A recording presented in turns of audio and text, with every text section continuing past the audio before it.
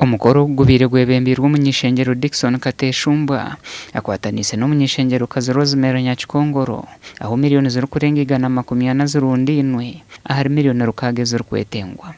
turi hankurakurana reka abakurasi bongere mu bakome bagarukeyo nuko nkurakurana beyo utekero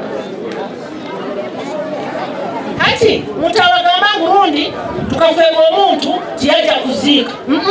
abanyishengero bagambira abanyashema ngo ikingano somwana wo moro hamwe no mugiga no bwegese Professor Kamuntu akangira ngo akaro ikigambo ngo ubwegese bukaretera umwiru yasitamamiza y'umugabo ejo gushaka akarabire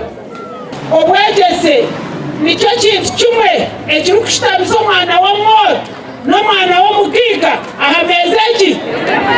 emwe mureke tushimirira neki obutembane kandi simanyiza ngo obutembane buri omwana abato babishiki twinjira mpaka kwombeka tomutwire abana bitu ngo bashome bagire bata barukemu umunyishengero ahabwa Mbarara City South Honorable Mwine mpaka kandi ujwikire Speaker wa Parliament Anita Among abahire miliyoni 10 kandi agambira abanyashema ubutare kuri kibakwasire mukamba uriye ko kumbaka gwe mwasindi kwa Parliament Honorable Katesh wetutuka ku nsonga za economy ku nsonga za tax tewali mubaka avayo nayogera ku floor ya Parliament Katesh tanabakogera abebembezi b'ishomerero bakwatanise n'abazire basimo umugando gubahirwe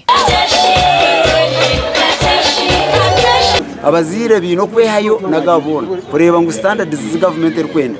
bazikiriza ahabuko ishomero n'iryabo okuhereza okureba abana babahereza ibyo kurya abana babagura uniform babakomera entanda aha mukoro nugwe kumwe bakoordinate abo munyishengero ahabwa Sheema municipality Dickson Kateshumbwa bahireyo bushaho 55 bwa cement